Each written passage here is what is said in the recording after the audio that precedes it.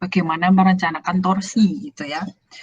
Jadi kalau boleh saya review lagi gitu ya, sampai minggu ini kalian sudah bisa mendesain balok gitu ya, akibat momen yang bekerja gitu. Jadi sekali lagi kalau kalian ingat statika ya, balok itu pasti ditanyainnya itu pasti diagram momen sama diagram geser gitu kan ya. Jadi misalkan beban merata gini gitu kan ya, lalu gini misalkan, ya gitu lah ya. Nah pasti kalau balok itu dominan momen sama geser. Nah ini kalian udah bisa mendesain kalau momen dilawan dengan tulangan longitudinal gitu ya. Kalau geser dilawan dengan nambah sengkang di sini gitu. Nah, salah satu lain lagi gitu kayak dalam yang bisa jadi dominan itu adalah torsi gitu. Jadi torsi itu bayangin aja bimnya kepuntir gitu ya. Jadi oleh suatu hal gitu bimnya kepuntir sehingga kita harus mengantisipasi juga gitu ketika ada torsi dan torsinya itu dominan gitu. Jadi ada satu lagi gitu ya selain momen geser nanti ada ini kita hari ini akan bahas yang torsi kalau mengalami puntir.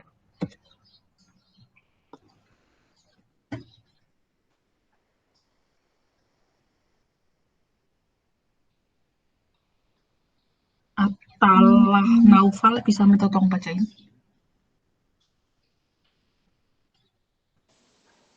Torsi. Momen yang bekerja terhadap sumbu manjang batang disebut sebagai momen torsi. Momen torsi ini menimbulkan terjadinya distribusi tegangan geser pada penampang di gambar 6.1. Pada penampang lingkaran terjadi tegangan geser maksimum pada sisi luar penampang dan tegangan geser 0 pada pusat lingkaran di gambar 6.2.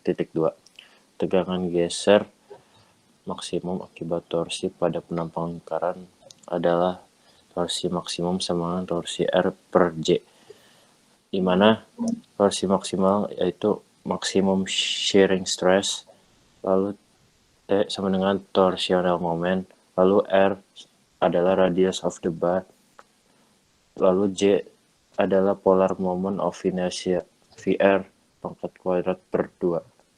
Oke, terima kasih. Jadi gambar 61 sama 62 seperti ini. Jadi ketika ada suatu balok gitu ya, lalu baloknya itu mengalami torsi gitu, lalu kita tinjau bagian kecil dari ini. Nah, ini ingat lagi ini namanya tau. Tau ini adalah tegangan geser. Jadi ingat lagi kalau di mekanika bahan gitu ada kayak gini ya. Nah, ini kan geser ya, ini tau. Yang ada tau X, tau Y gitu. Ini tau juga. Nah, yang gini nih itu momen ketegangan nominal gitu ya, tegangan normal gitu, tegangan normal, sorry maksud saya tegangan normal ya. Terus ada juga yang gini nih. Nah ini kalau apa di mekanika bahan lah ya, jadi kita tinjau suatu bagian kecil gitu, itu ada suatu bidang gitu. Nah itu mengalami geser dan juga tegangan normal gitu ya. Nah jadi kalau di section lingkaran gitu ya, ternyata tegangan geser itu fungsi dari ini. Jadi ternyata maksimum di sisi luar, lalu kalau di tengah-tengah itu ternyata nol pas di pusatnya gitu. Jadi rumusannya kayak gini gitu. Akan bernilai tegangan gesernya akan bernilai maksimum ketika R-nya ini ya udah di luar gitu ya. Jadi ini udah air full gitu. Jadi maksimumnya ada di tepi-tepinya gitu. Jadi fungsi dari radiusnya itu si lingkaran gitu dan makin keluar makin besar gitu. Makanya dia tahu maksimum gitu. Terus fungsi dari momen inersia polar juga ya gitu. Nah, gimana kalau penampangnya kotak? Kalau penampangnya kotak kayak gini ternyata tegangan geser yang terjadi gitu. Jadi bagian tajam-tajamnya ini ada sedikit ini apa kontur yang kayak gini lah gitu buat yang bagian apa ujung-ujungnya.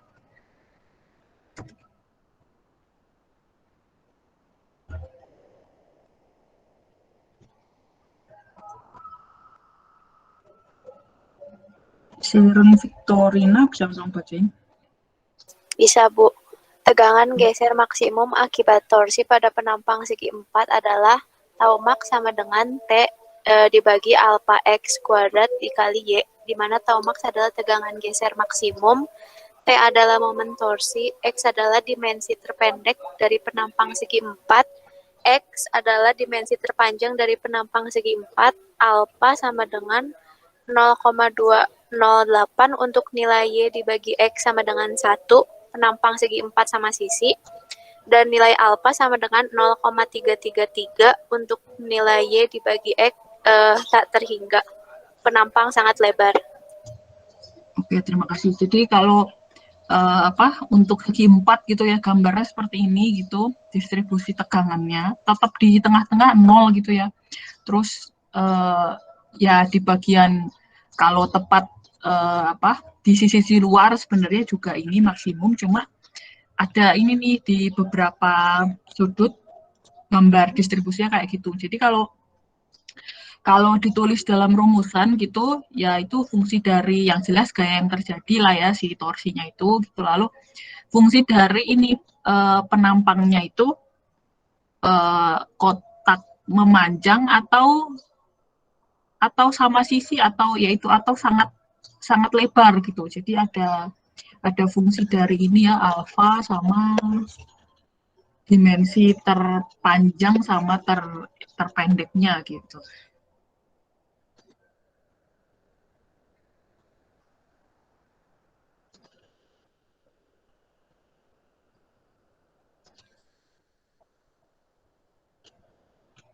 Carisa Tahara Diva bisa membacain. Nilai alfa dapat dihitung dengan persamaan berikut. Alfa sama dengan 1/3 ditambah 1,8 X per Y. Tegangan geser maksimum akibat torsi pada gabungan beberapa penampang segi 4 seperti pada gambar 6.3 adalah Tmax sama dengan T per sigma dari X kuadrat Y per 3, di mana X kuadrat Y per 3 dievaluasi untuk setiap komponen penampang. Ya, terima kasih. Nah, jadi untuk yang tadi ini ada alfa ya, kira-kira sebenarnya sih 0,208 kalau perbandingan panjang terhadap pendeknya itu 1, kalau misalkan dia lebar sekali, kira-kira dapatnya 0,33, tapi bisa pakai rumus ini gitu kan ya. Nah, sekarang gimana kalau bentuknya aneh-aneh gitu kan, dan biasanya sangat mungkin ya bentuknya kayak gini. Jadi nggak cuma kotak doang, nggak cuma bulat doang gitu, tapi ada kayak gini nih, suatu section bentuknya kayak N, berarti ya kayak N. Kayak U tapi kebalik, jadi bentuknya N kayak gini. Nah, kalau apa seperti itu gitu, itu bisa pakai rumusan yang 6.4 ini. Jadi bebannya torsi gitu ya, lalu dibagi sigma dari apa daerah-daerahnya gitu, lalu dibagi 3. Jadi ya ini kayak ada 3 daerah gitu. Terus tegangan maksimumnya tetap di tepi-tepi ya, relatif tetap di tepi-tepi gitu.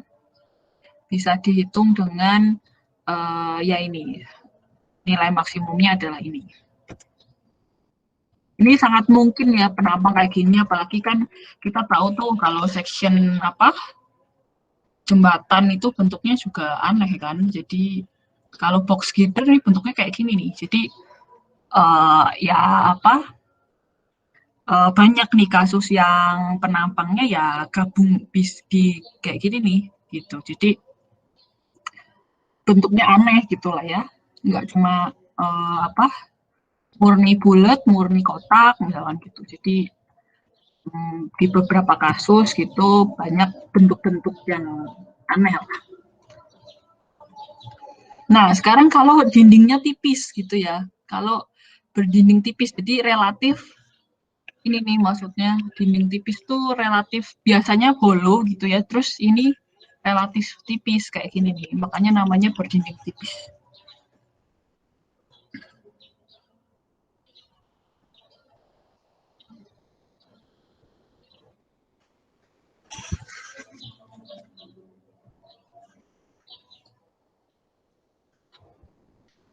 Rian Justin sama baca.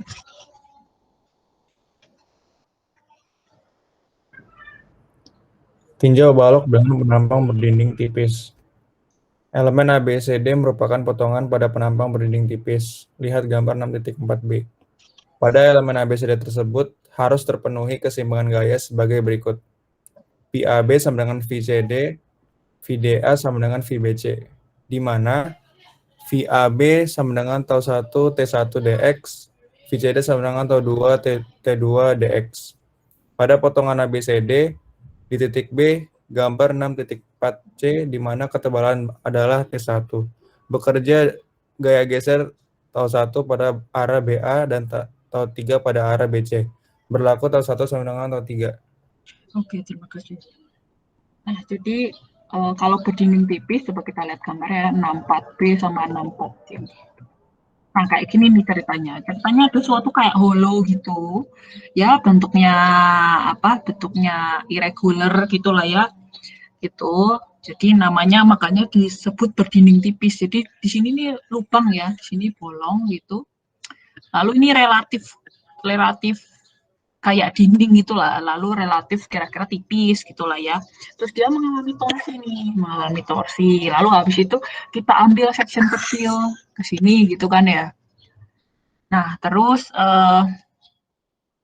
jadi ya ini bahkan kita buat ketebalannya beda ya ketika di sini T2, di sini T1. Terus habis itu kayak gini nih, geser yang terjadi gitu ya. Itu sebenarnya sama kayak waktu mekanika bahan. Ada gini ya. Taunya gitu ya. Nah, terus habis itu harus ada kesetimbangan nih. Jadi ini di titik B sendiri ini di zoom lagi gitu loh. Ini di titik C, ini di zoom lagi ya gitu. Nah, itu harus ada kesetimbangan karena sekali lagi konsep struktur itu selalu kesetimbangan, equilibrium, compatibility gitu ya, itu pasti selalu gitu di struktur kayak gitu.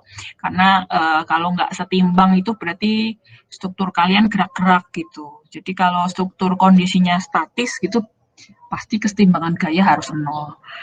Nah, di sini kalau di titik B gitu, itu makanya harus ada kesetimbangan ini, VAB sama dengan VCD, VDA sama dengan VBC. VAB, VCD. Nah, ini kan ya, jadi keseimbangan aja gitu. Sigma horizontal harus 0, berarti VCD harus sama VAB. Lalu sigma yang vertikal juga 0 gitu ya, berarti VDA sama dengan VBC. Nah, sedangkan si VAB itu adalah penjumlahan. Kan kalau suatu, sekali lagi yang namanya integral itu sebenarnya kayak jumlahin gitu ya. Jadi tegangan di suatu luasan dx dengan ketebalan T1. Nah, itu tuh sebenarnya cuma ngintegralin aja gitu. Jadi misalkan gini bentuknya, mengalami gaya geser gini gitu kan ya. Namanya tau 1. Nah, ini kan setebal T1. Lalu ini sebesar dx gitu. Jadi ini cuma kayak luasannya dikaliin semua gitu. Jadi itu adalah si VAB. Jadi integral dari tegangan itu jadi gaya. Sekali lagi ya, kumpulan-kumpulan tegangan itu jadi gaya. Makanya kayak gini nih. Lalu untuk VCD juga tahu 2 dikalikan ketebalan 2 dikalikan suatu dx gitu. Dan ini harus setimbang kan, sekali lagi tadi kesetimbangan gaya gitu. Ya sehingga didapatkan kayak gini.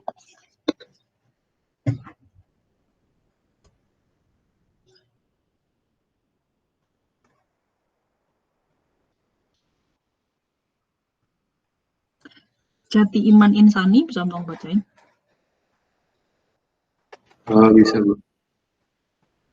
Perkalian tegangan geser dan ketebalan disebut dengan shear flow. Hal ini terkait dengan aliran shear flow atau Q yang konstan sepanjang sisi penampang. Besarnya momen torsi pada penampang seperti gambar 6.4.E adalah T sama dengan integral dari PRQ ds, di mana Q ds adalah gaya sepanjang potongan kecil ds dan R adalah jarak tegak lurus ke Q ds ke sumbu penampang. Tinjau luas segitiga yang diarsil, A0 sama dengan setengah RDS.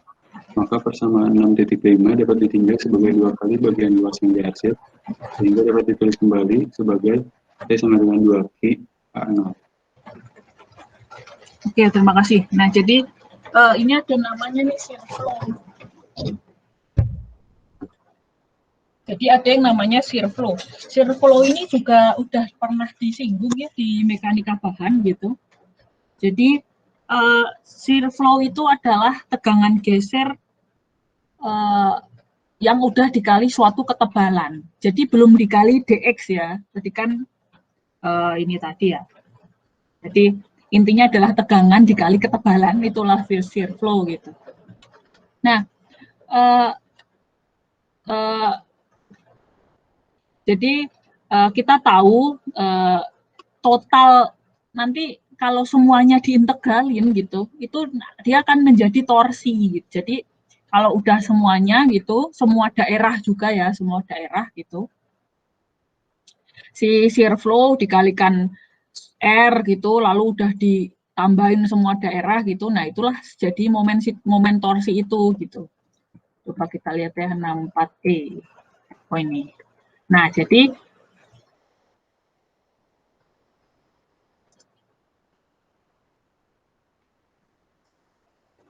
jadi siapa si torsi itu? Si torsi itu ya ini. Torsi itu udah semuanya ini jadinya integral dari semua daerah ini gitu ya. Jadi kan tadi kan shear flow tadi kan ya, shear flow itu adalah gesernya dikali tebalnya gitu. Jadi untuk apa dan apa kalau kita integralin setiap ds kan ini punya ds itu integralin semua dijumlah gitu. Lalu dikali R ya, dikali R gitu ya. Jadi yang namanya integral itu jumlahin aja semuanya sebenarnya. Nah, itulah si torsi. Jadi ini semua ini gitu, yang muter ini itu resistance buat nahan torsi gitu. Jadi mereka semua ini bekerja sama gitu ya buat nahan si TU nanti gaya momen torsi yang terjadi gitu. Jadi kalau kalian punya penampang yang kayak gini nih gitu ya, ini kan semua keluar shear flow ya. Shear flow misalkan. Ya udah gini aja deh. Ini torsinya ke kanan kan. Nah, si penampang itu nahan torsinya kebalikannya gitu ceritanya. Ya kan ini gambarnya kebalikannya kan nih, arahnya ini kebalikannya kan. Nah, ini penampang itu nahan si torsi gitu. Mekanismenya kayak gini.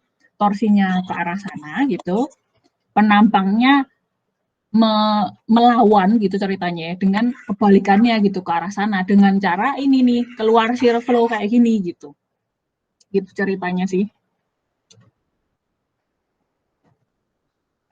Kalau ada ini silakan ya ditanyain. Jadi kalau misalkan kalian punya penampang hollow gitu, itu apa efektif sebenarnya soalnya kan yang di pusat tetap nol ya. Jadi sebenarnya yang efektif itu cuma yang di luar perimeter luar ini. Jadi kalaupun penampang kalian hollow itu efektif juga nahan torsi gitu.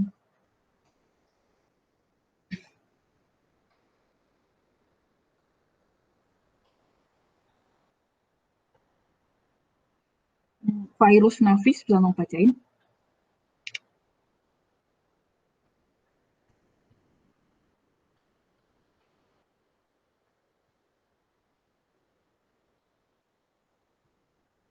Virus Nafis aja nggak?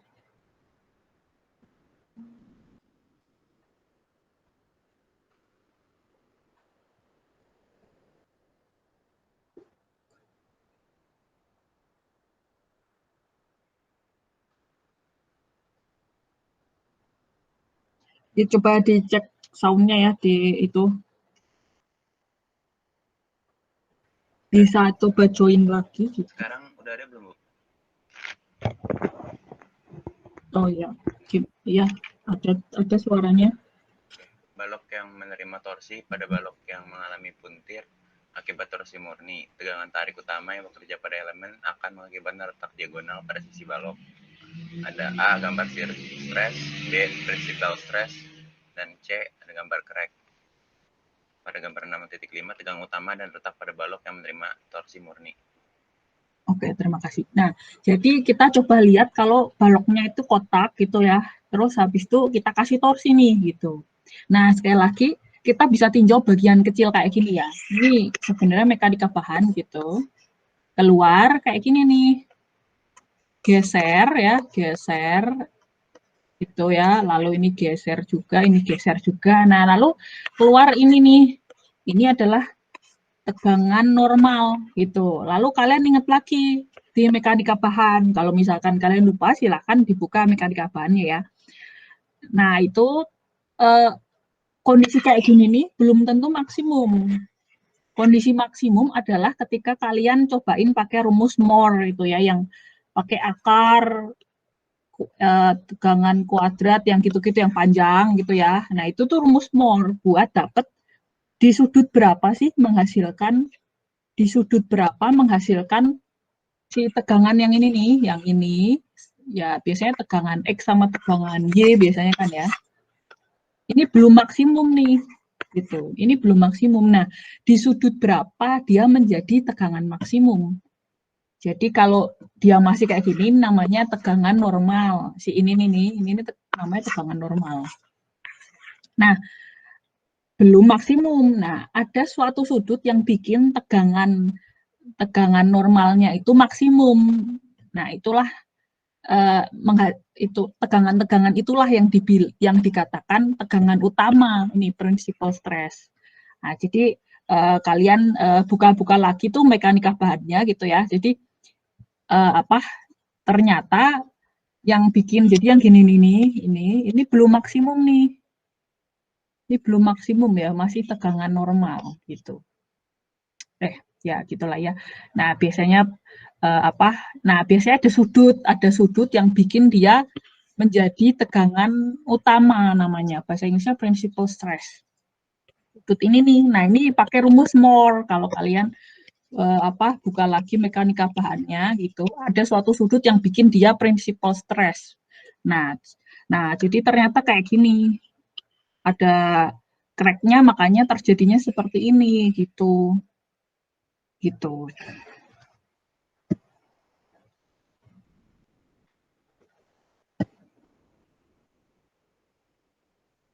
Gary Darian bisa tolong bacain.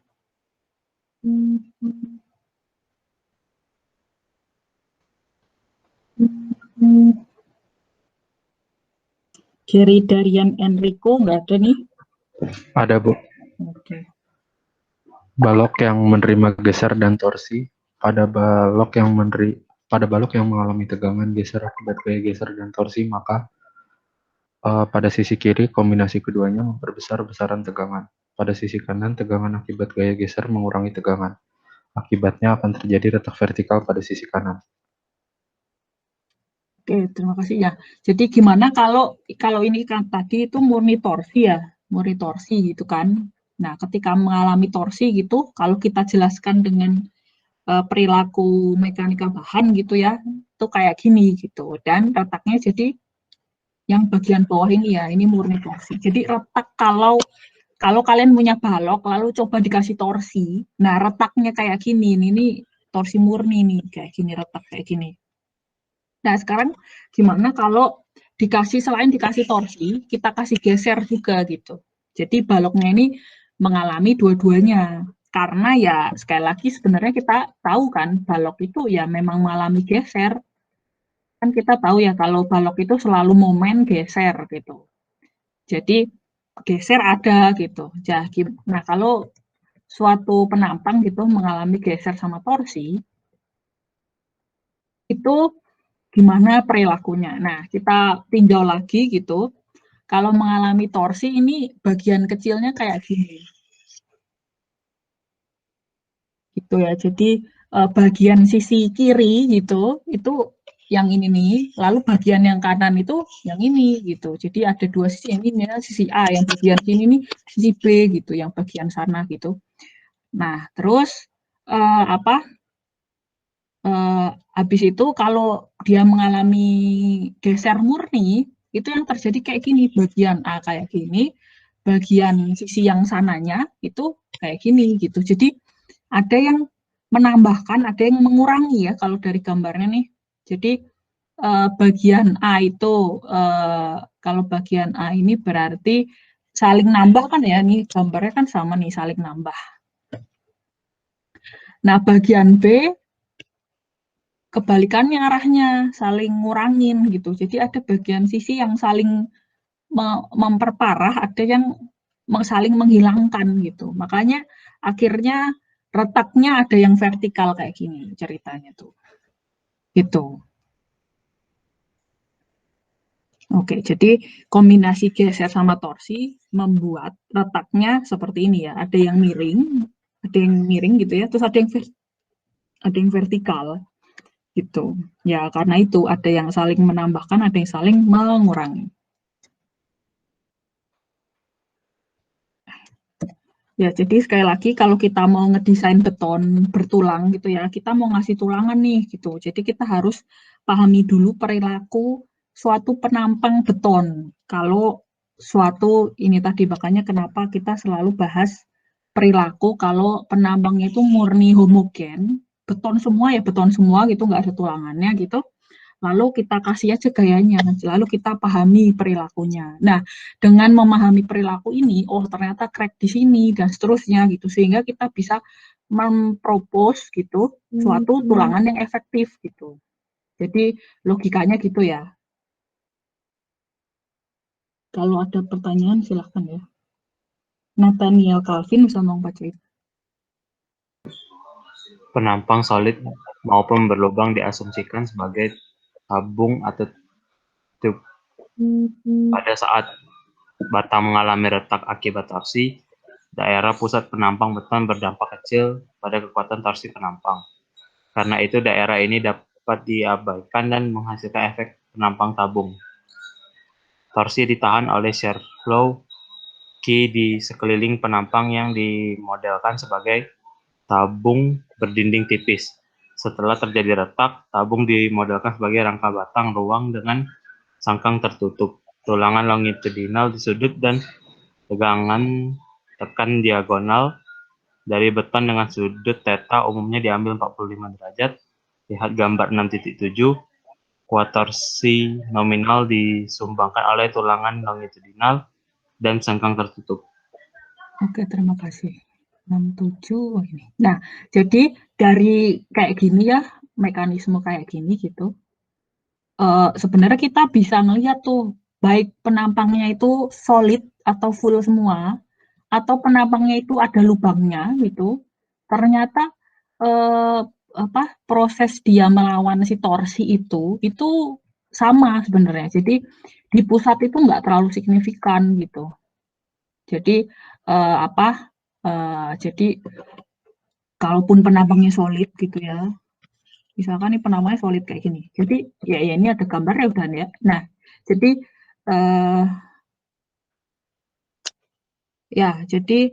kalau penampangnya misalkan penampangnya solid gitu. Ini kan berarti solid ya misalkan ya. Nah, seolah-olah itu ada suatu shear flow keluar gitu dari penampang yang solid. Jadi seolah-olah itu ya yang efektif cuma segini sebenarnya gitu ya. Cuma ini nih daerah sini doang gitu. Jadi entah dia berlubang atau dia solid gitu, ternyata ya yang efektif itu cuma di bagian luar-luarnya gitu. Ceritanya itu gitu. Jadi walaupun penambangnya solid maupun berlubang gitu ya, itu tetap keluar mekanisme kayak gitu. Ternyata kayak ada suatu cup gitu yang ininya nggak efektif nahan si torsi gitu. Yang efektif cuma perimeter luar yang di sini gitu. Nah, terus ini ya pusat penambang beton itu berdampak kecil pada kekuatan torsi. Jadi ini tuh nggak ada efeknya gitu kalau kalian mau melawan torsi gitu ya. Jadi kalau misalkan nih, jadi kalian berdasarkan fakta ini kalian bisa think smart gitu loh. Oh, ternyata dengan ukuran yang sama nih misalkan. Dan tahu nih lawannya cuma torsi doang gitu, lawannya torsi gitu. Penambangnya sama, yang kedua mau dibolongin, yang ketiga mau fully solid gini. Ternyata sama aja gitu. Jadi kan kalau kalian mau menghemat, misalkan menghemat berat gitu, berarti ya kayak gini efektif gitu, dilubangin di tengah nggak masalah gitu. Makanya kenapa ya itu ya box girder itu bisa dilubangin juga salah satunya. Biasanya ada torsi kalau di di jembatan adalah torsi gitu. Tapi kita bisa cek lah dia signifikan atau enggak gitu. Tapi kalaupun ada torsi gitu, ini masih efektif karena ketika ada torsi gini gitu kan ya. Nah, ini penambangnya ngelawan dengan mekanisme shear flow di ininya. Ya, ini tadi ya. Pokoknya kan membentuk shear flow tadi kan. Dan ini shear flow udah pernah dibahas juga ya di mekanika bahan gitu. Pokoknya kalau ada geser gitu keluar shear flow-nya gitulah ya. Coba kalian review lagi siapa itu shear flow gitu. Nah, tapi intinya adalah kayak gini nih, ini fakta yang menarik juga gitu. Baik penambangnya solid maupun berlubang, dia tuh bisa efektif melawan torsi gitu. Jadi nggak ada salahnya juga kita lubangin penambangnya gitu. Itu salah satu fakta menarik lah kalau kalian ngedesain dan mau melawan si torsi. Nah, torsi ditahan oleh shear flow di sekeliling penambang yang dimodelkan sebagai tabung berdinding tipis gitu ya. Jadi walaupun si penambangnya sekali lagi solid kotak full, tetap keluar mekanisme kayak gini. Ada keluar shear flow kayak gini. Ini kan sekali lagi ini kan harusnya solid gitu kan. Tapi keluar mekanisme kayak gini nih shear flow path ini gitu. Terus setelah terjadi retak, tabung dimodelkan sebagai rangka batang ruang dengan sengkang tertutup. Nah, terus jadinya ya kayak gini nih. Ini kira-kira analoginya ini space truss gini. Jadi ada si ini ya. Ini kan kalian punya tulangan longitudinal tuh pasti punya kan. Kalau di balok kan pasti ada tulangan longitudinal yang gini nih. Yang kalian cek terhadap momen gitu kan ya. Nah, tapi misalkan kalian nggak tahu nih gayanya apa, misalkan pokoknya ada tulangan longitudinal gitu. Misalkan gini gitu. Nah, tulangan longitudinal itu dan juga ada tulangan ini ya, sengkang gitu. Dan ini nih sengkang-sengkangnya di sini gitu. Nah, keduanya itu ikutan kontribusi gitu. Baik si tulangan ini kalian pasang berapa gitu, sama si tulangan longitudinal di sini gitu, yang ini ya. Yang A ini sama yang B ini. Dua-duanya tuh kontribusi dalam menahan torsi gitu. Jadi ternyata ya ini kelihatan crack-nya yang kayak gini nih, crack-nya tuh agak miring gitu, tapi juga sekali lagi kalau tadi ya kita kan tahu ya tadi kalau murni torsi crack-nya miring kayak gini. Kalau ditambah geser ada crack vertikal juga gitu.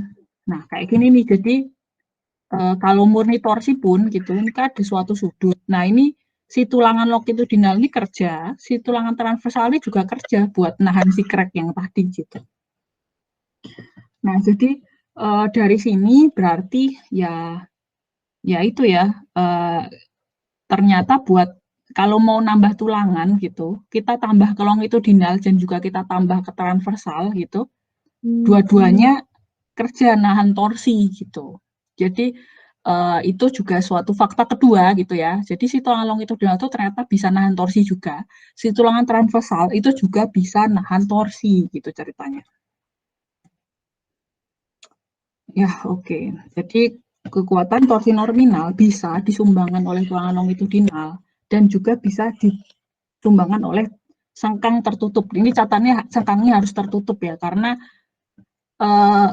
ini satu sengkang kayak gini nih, kerjanya barengan. Kalau dia ngepuntir, ini segini nih ngemuntir gitu. Jadi harus sengkang tertutup. Jadi beda kalau kalian desain geser gitu, itu kan misalkan kalian desain geser gitu.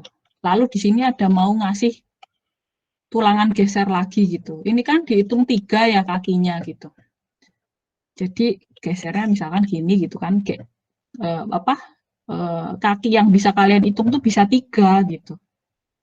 Nah, tapi kalau torsi, ini mereka kerja barengan. Jadi kaki yang bisa kalian hitung itu cuma 1. Jadi kalau misalkan kalian punya sengkang yang kayak gini, misalkan gini lah ya sengkangnya gitu, lalu ini juga gitu misalkan. Nah, ini yang ties di sini tuh nggak bisa nahan torsi. Jadi nggak bisa kalian bilang kakinya ada 3 gitu. Nggak bisa, cuma yang bisa nahan cuma si ini doang, si tengkang tertutup di sini doang. Dan kakinya cuma 1 gitu, karena mereka kerja barengan buat nahan, mereka ini kerja barengan kayak gini buat nahan torsi yang berkebalikannya misalkan gitu. Jadi cuma 1 kaki nih, 1 leg gitu ya. Ini berapa nih, D10 misalkan ya, cuma satu luasan D10 gitu, anggapnya cuma 1 kaki. Beda sama kayak geser, itu kalian bisa ngitungnya 3 kaki. Ini kan kaki 1 gitu kan, kalau geser ini kaki 2, ini kaki 3 gitu. Jadi bisa ada 3 kali luasan D10 gitu. Nah, kalau geser kayak gitu, kalau torsi nggak bisa dianggap 3, dianggapnya 1 saja. Itulah bedanya dalam menahan torsi dan juga geser. Kalau ada pertanyaan, tanya aja ya.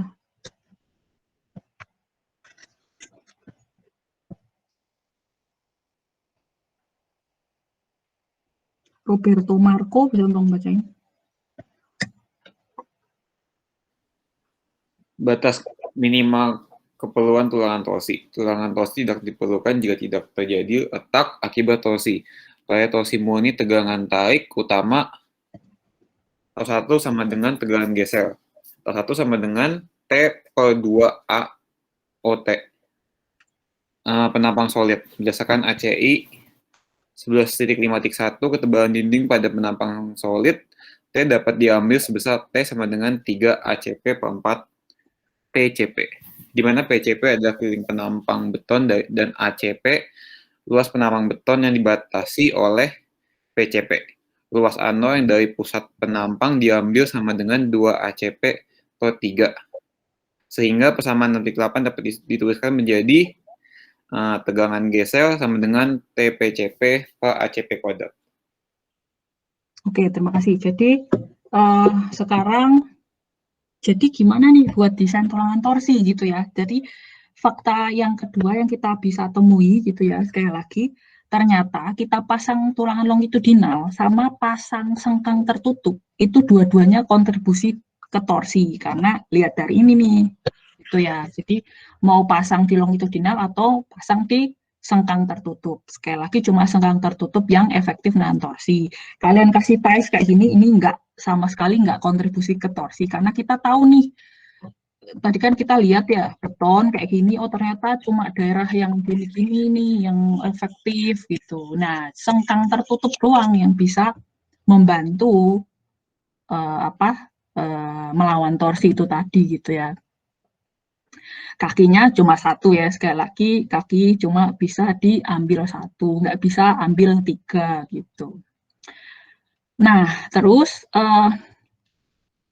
nah ini kalau misalkan ada torsi gitu, itu boleh kita nggak pasang tulangan tambahan kalau kan kita udah tahu ya, tadi kita kan bahas nih ke mekanika bahannya gimana kalau penambangnya fully beton gitu-gitu, keluar tegangan geser gitu-gitu. Nah, kalau misalkan akibat torsi itu tegangan utamanya tadi, yang tadinya, yang mekanika bahan tadi, si betonnya tadi gitu, ini kan ada tegangan utama gini lah ya, tegangan utama biasanya gitu.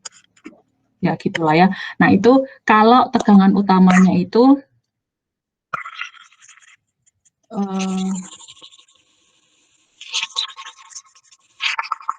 kita hitung dulu gitu. Jadi ada tegangan gitu dengan torsi, ada luasan A0 kali P.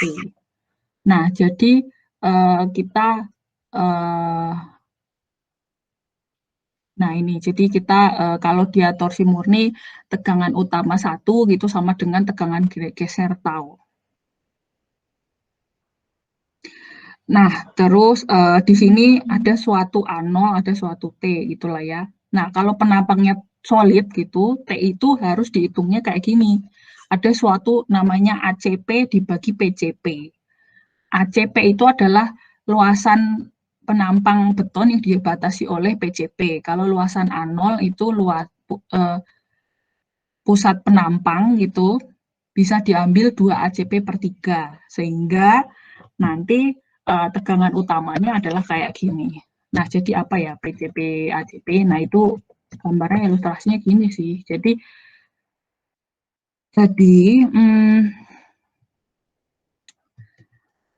intinya adalah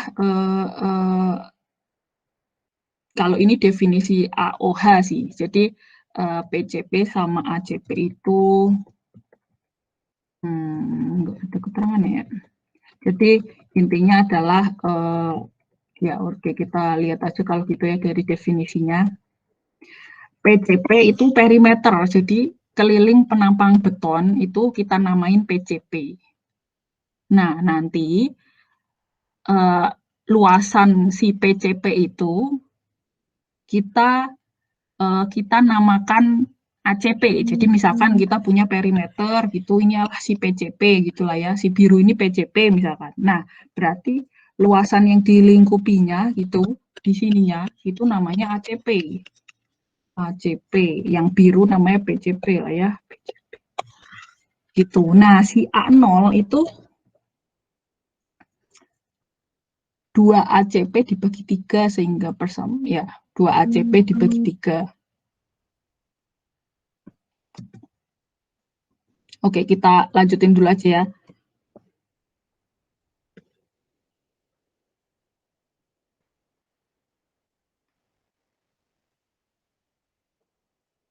Andre Budiarto bisa tolong bacain?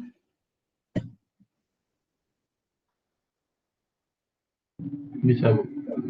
Kata aktivasi diperkirakan akan terjadi pada saat tegangan tarik utama mencapai kekuatan tarik beton terhadap biaksial tarik tekan yang dia ambil sebesar 1/3 akar FC prime. Sehingga besarnya momen torsi saat beton retak adalah PR sama dengan akar FC prime dibagi 3 dikali ACP kuadrat dibagi PCP. Torsi dapat diabaikan pada penampang solid apabila tidak melebihi nilai threshold torsion yaitu sebesar TH itu P akar FC prime per 12 dikali ACP kuadrat per PCP, di mana faktor reduksi untuk torsi P sama dengan 0,75. Oke, terima kasih. Nah, jadi sekali lagi kalian dapatkan logika berpikir ya. Jadi kita punya suatu penampang beton nih. Lalu dengan mekanika bahan kita bisa ngitung tegangan utama. Pertamanya tegangan normal dulu lah ya. Bisa ngitung tegangan geser, lalu tegangan normal, lalu habis itu kita bisa ngitung tegangan utama, principal stress gitu kan ya. Nah, berarti dari tegangan-tegangan itu kan beton punya tahanan tertentu ya, yaitu si tegangan tarik gitu. Jadi kalau tegangannya melewati tegangan kemampuan si beton mengalami tarik itu ya berarti retak kan si betonnya gitu ceritanya tuh. Nah, sehingga sebaiknya kalau lebih dari itu ya kita kasih tulangan tambahan gitu. Jadi logikanya kayak gitu tuh. Nah, terus kita berapakah kekuatan tarik beton itu kira-kira seginilah gitu. Nah, jadi kira-kira berapakah torsi yang dibutuhkan untuk bikin betonnya retak gitu. Jadi sekarang logikanya kayak gitu. Berapakah torsi yang dibutuhkan untuk bikin betonnya retak? Nah, jadi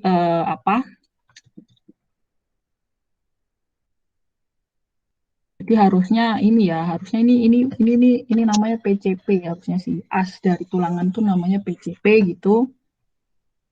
Nah, jadi dari itu ya sebenarnya kalau kalian kebalik lagi ke teori beton gitu ya, yaitu tadi sebenarnya ada suatu luasan gitulah ya, suatu luasan gitu. Nah, yang bikin dia retak gitu, itu kalau kira-kira segini lah gitu. Namanya TCR gitu. Jadi TCR ini torsi yang membuat penampang kita crack. Sama kayak nanti kalau kalian belajar pre-stress ada namanya momen crack gitu.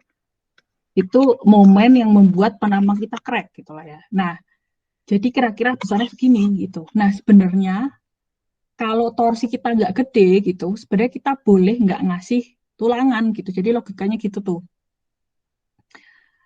Nah, jadi peraturan itu ngasih safety factor lah. Jadi mereka nggak PCR, mereka kasih aja TTH namanya T threshold. Jadi nggak sepertiga banget lah ya. Ini jadi P diturunin lagi kan, berarti dari sepertiga ini mereka turunin lagi lah ya, dikali Pi, lalu ininya bukan 3 tapi 12. Jadi mereka bikin suatu threshold gitu, kalau torsi kita itu kurang dari ini, kita boleh nggak pasang tulangan torsi tambahan gitu. Tetapi kalau kita lebih dari itu, kita pasang tulangan torsi gitu. Nah ini semua di SNI 2847 ya, kalian bisa buka-buka gitu, atau SCI 318.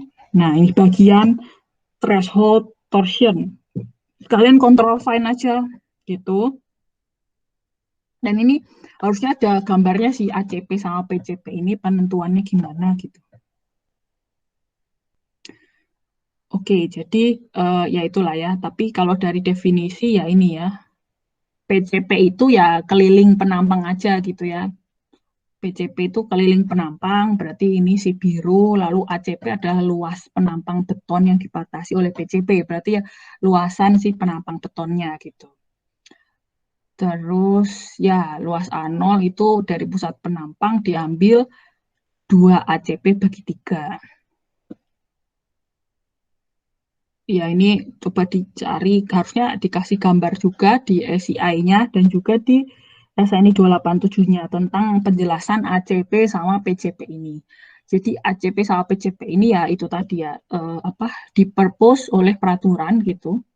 Kira-kira kalau torsi kita cuma bikin geli-geli penampang gitu kurang dari threshold. Jadi ada torsi tapi kecil lah gitu. Itu kalian nggak perlu ngasih tulangan torsi tambahan. Nah, tetapi kalau lebih dari ini, kalian harus kasih tulangan gitu lah ya, tulangan tambahan buat nahan si torsi. Nah, itu ya bisa tadi ya, bisa di tulangan longitudinal, bisa juga senggang tertutup gitu ceritanya. Oke, kita lanjutin dulu. Alessandro Jason bisa tolong bacain? Bisa, Bu. Penampang dinding tipis. ACI section 11.5.1 mengizinkan mengganti ACP dalam persamaan 6.12 dengan AG, sehingga threshold torsion untuk penampang dinding tipis adalah TTH sama dengan Pi akar FC aksen per 12 dikalikan dengan AG kuadrat per PCP, di mana AG luas penampang beton tidak termasuk lubang. Oke, terima kasih. Nah, sekarang gimana kalau penampang kalian kayak cup tadi ya, jadi ada dindingnya tuh, gitu. Nah, ngitung thresholdnya pakai luasan yang ini. Jadi kayak tadi ya, salah satunya lah ya, kalau misalkan punya box gitu, ya gini lah. Nah, ini ngitungnya thresholdnya gitu, AG ya luasan ininya ini, tidak termasuk lubang, ya jelas lah ya, jangan termasuk lubang, lalu sama dibagi, yaitu AG kuadrat dibagi PCP, lalu depannya Pi akar FC prime per 12 gitu. Ya, gitu. Nah, sekarang sekali lagi, kalau torsinya kurang dari threshold, kalian neglect aja gitu. Misalkan torsi threshold kalian dari rumusan ini sama rumusan ini, misalkan ya, itu ya kalau rumus yang 612 buat penambang solid ya, sekali lagi 612 penambang solid. Kalau penambang berlubang pakainya ini 613 gitu. Nah, ternyata threshold misalkan berapa? Misalkan 50 kilonewton meter misalkan. Torsi kalian cuma 10 kilonewton meter. Ya udah kalian neglect aja karena si betonnya sendiri sangat mampu. Jadi kita udah analisis ini tadi ya. Ini tadi lah. Kita udah analisis kalau beton mengalami torsi dan beton punya batas inilah gitu. Jadi kan kalau misalkan itu tadi kurang dari threshold, kalian ya udah lanjut aja, nggak perlu nambah tulangan lagi. Jadi kalian desain si ini, misalkan penampang ini kalian, ini murni akibat momen sama murni akibat geser aja gitu. Ternyata torsi ada, tapi kurang dari T threshold. Jadi ya udah lanjut aja pakai tulangan yang ini. Jadi misalkan dari momen dapatnya inilah ya, ini sama ini misalkan 2D 16, misalkan 2D 16. Ini dari momen nih, dapat dari momen. Lalu geser, dapat dari geser misalkan 10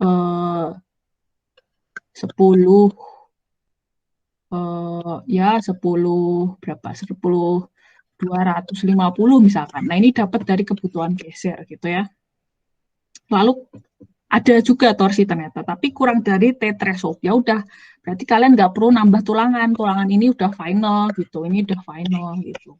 Nah, tetapi kalau kalian mengalami torsi si baloknya itu kalian harus pasang tulangan tambahan. Nah, inilah mulai dari slide ini kalian harus gimana nih masang torsinya gitu. Sekarang kita ngomongin nambah sengkang untuk torsi. Tadi sekali lagi, torsi bisa ditahan sama si sengkang tertutup, bisa ditahan sama longitudinal ya, gitu. Nah, sekarang ini kita ngomongin tulangan sengkang yang bisa nahan torsi. Jadi, kapan kita nambah sengkang, kapan kita nambah tulangan longitudinal lah, gitu ceritanya. Nah, ini sekarang ngomongin kapan kita nambah sengkang atau enggak lah.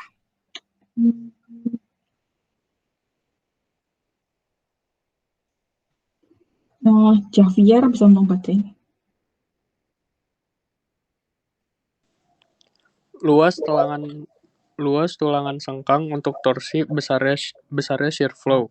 Q sama dengan T per 2A 0. Tinjau gambar 6.7. Gaya geser total akibat torsi di sepanjang sisi atas dan bawah V1 sama dengan V3 sama dengan T per 2A0 X0. Sedangkan gaya geser total akibat torsi di sisi kiri dan kanan V2 sama dengan V4 sama dengan T per 2A0 Y0. Dengan menjumlahkan momen pada salah satu sudut dari penampang, maka didapat torsi internal sebesar T sama dengan V1 Y0 ditambah V2 X0. Oke, terima kasih. Jadi, sekali lagi kalau kita punya torsi gitu ya, kan keluar shear flow tuh. Nah, kira-kira ya ini, T dibagi 2A0.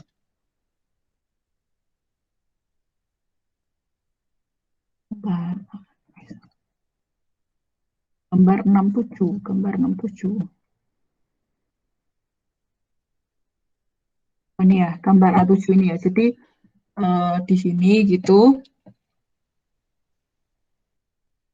Nah, kira-kira ya itu shear flow-nya Q-nya sekian gitu kan. Nah, lalu harus setimbang sekali lagi ya V1 sama dengan V3 gitu.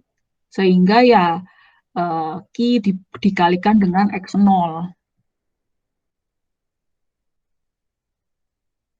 Ya, ini ya, ini X0.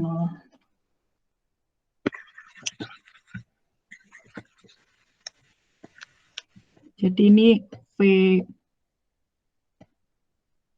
ya inilah ya harusnya V ini pokoknya V yang biru ini harus setimbang kan, karena kita sekali lagi selalu berlaku hukum kesetimbangan, karena kalau kesetimbangan nggak nol tuh berarti struktur kalian gerak-gerak gitu ya. Jadi ya ini tadi makanya si biru ini harus setimbang, lalu yang si merah ini juga harus setimbang gitu. Sekarang kita pokoknya ngomongin si sengkangnya doang ya, kontribusi sengkang. Nah, terus ya jadinya kalau di breakdown lagi jadi kayak gini nih, V1 sama dengan V3 sama dengan ini, V2 sama dengan V4 sama dengan ini gitu. Nah, penjumlahan mereka semua gitu ya, itu ya akan menjadi torsi internal gitu kan ya, makanya jadinya kayak gini.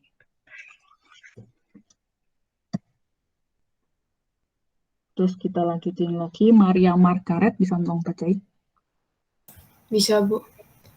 Substitusi persamaan 6.15 dan 6.16 ke persamaan 6.17 sehingga didapat T sama dengan T per 2A0 kali X0 kali Y0 plus T per 2A0 kali Y0 kali X0. Atau T sama dengan 2T kali X0 kali Y0 per 2A0, di mana X0 kali Y0 sama dengan A0.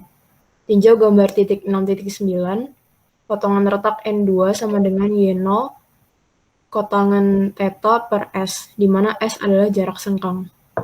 Oke, terima kasih. Nah, jadi jadi yang kontribusi ke torsi itu ya ini ya.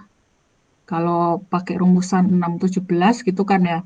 Lalu kita substitusi gitu sehingga yang kontribusi ini T per 2A0 X0 Y0 T per 2A0 Y0 X0 gitu. Sehingga 2T X0 Y0 per 2A0. Jadi kalau mau ninjau sengkang doang gitu ya, yang kontribusi ya cuma ini nih gitu. Di mana X0 Y0 sama dengan A0.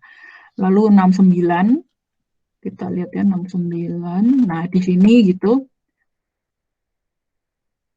Nah, kita karena kita bahas sengkangnya doang gitu kan ya. Nah, ini kita mau cari kontribusi ini nih. Gitu.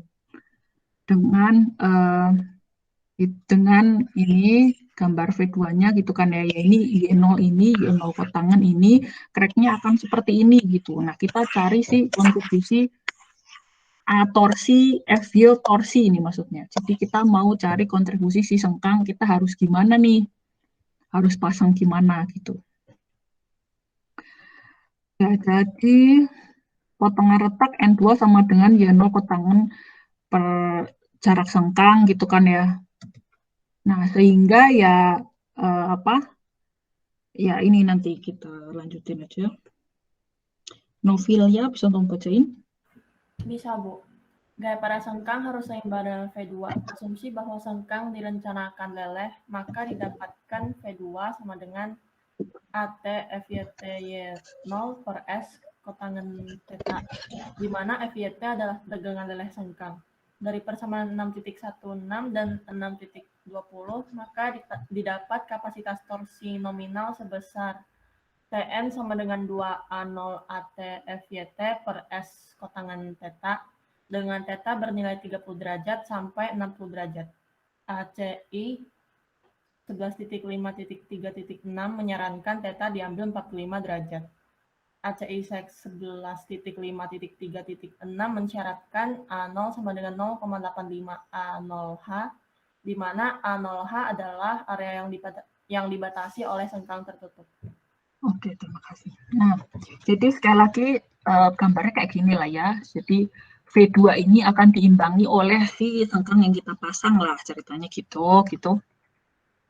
V2 besarnya ya jadinya V2 ya sebenarnya ini juga sih, ini V2 nih gitu. Jadi suatu V2 ya harus dilawan sama sengkang gitu kan ya.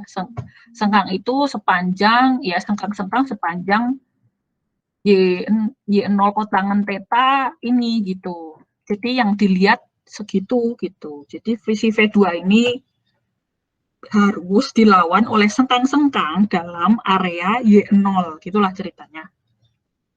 Nah, jadi ya dapatlah kayak gini, V2 ini akan dilawan oleh AT F yield. Jadi AT itu adalah luasan torsi, luasan sengkang torsi ceritanya, luasan sengkang torsi. Jadi AT ini ya AT ini gitu, luasan sengkang torsi gitu. Dikali F yield-nya si sengkang kita yang buat mau nahan torsi gitu kan ya, dikali Y0 dibagi S kotangan theta gitu kan. Sehingga 616 620 kita ini ya, si ini 619 ini sama si 620 ini gitu. Dapatlah kekuatan torsi nominal nih gitu. Jadi si sengkang itu bisa nyumbang berapa sih? Nah, inilah si 621 ini gitu. Jadi kalau kita pasang sengkang, lalu kita kasih gaya torsi gitu. Nah, kira-kira sumbang sih si tulangan sengkang itu segini. Jadi sama kayak ini ya, PMN gitu kan, kalian ngitung momen nominal. Nah, ini si torsi nominal nih, nanti PTN harus kurang dari TU kayak gini ya. Ya gini. Jadi si ini nih, ini sumbangsih, tapi ini sumbangsih si tulangan sengkang doang ya. Jadi sumbangsih tulangan sengkang torsi gitulah ya, ini ke sini. Kan sekali lagi tadi kita bisa ini ya, bisa memperkuat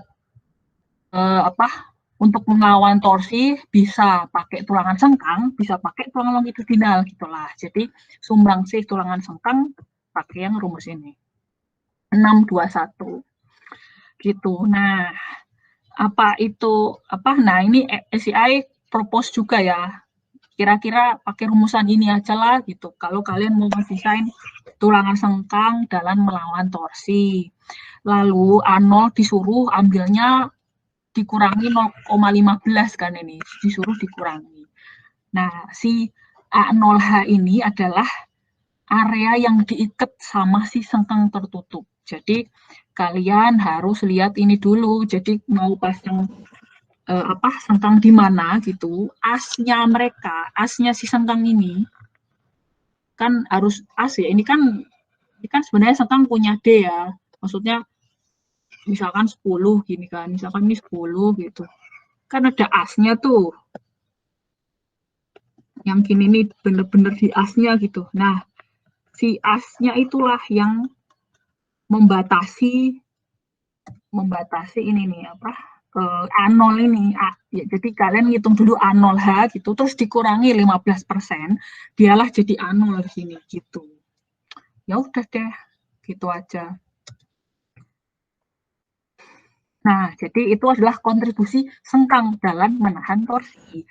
Nah, sekali lagi kita tahu tadi ya, kita balikin lagi ke sini, kalau torsi itu bisa dilawan sengkang, dan sengkangnya harus tertutup sekali lagi sebagai catatan, selain itu juga bisa ditahan, dilawan oleh tulangan longitudinal gitu loh. Jadi, seberapa kontribusi tulangan longitudinal? Nah, kita cek mulai dari slide yang ini gitu.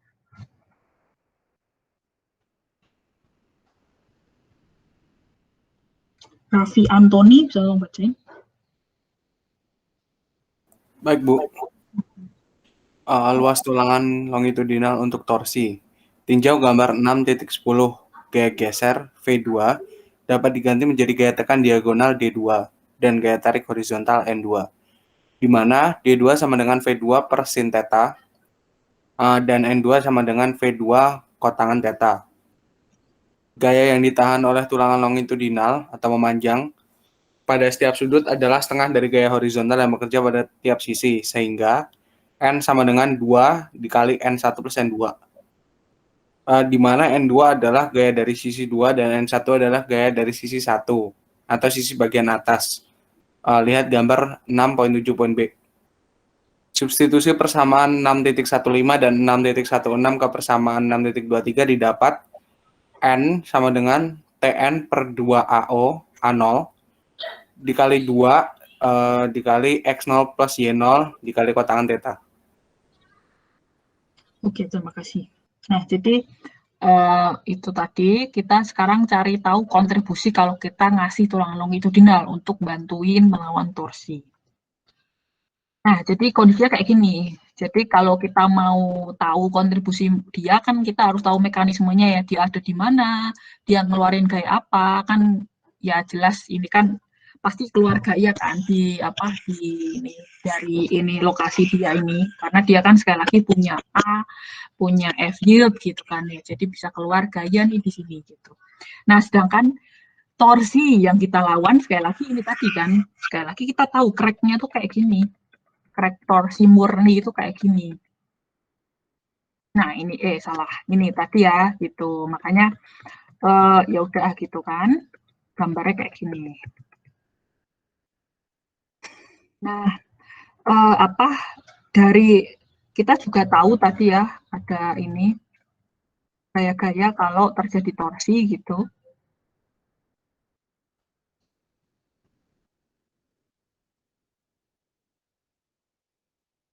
D2 kita ganti menjadi D2 dan juga N2. Jadi ini kayak di apa namanya? Itu pakai resultant force itu, kalian ubah si V2 kan kebutuhan tadi si V2 ya. Dari sini kan sekali lagi si V2, V4, V3, 1 gitu semuanya itu adalah kebutuhan yang kita butuhkan lah ceritanya. Nah, sekarang si V2 ini kita itu tadi apa? Kita uraikan lah ya, kita uraikan menjadi D2 sama N2 gitu. Nah, jadi ya kayak gini nih. Ini nih. Ini nih. Jadi si V2 diuraikan jadi D2 sama N2 gitu. Nah, terus habis itu nah, sehingga gaya yang ditahan sama si tulang longitudinal itu sendiri gitu ya. Itu ya setengah gaya horizontal yang bekerja pada tiap sisi gitu. 1 sama N2. Ya, jadi kan ya ini kan untuk satu inilah ya, untuk satu ini kan berarti N2/2 kan, karena ada 2 kan gitu. Ada ini, ada di atas sama di bawah gitu. Jadi ya N2/2 gitu. Nah, sehingga terus jangan lupa ada sisi satunya, makanya kayak gini ya gitu. Terus nah, kita substitusi 615 ke 616. Coba kita lihat 615 ke 616. Oke, V1 ya ini besarnya V1 sama V2 ini kita ambil lagi gitu. Sehingga dapatlah yang ini, Tn dibagi 2A0, 2 kali X0 Y0 kotangan theta. Kita lanjutin aja.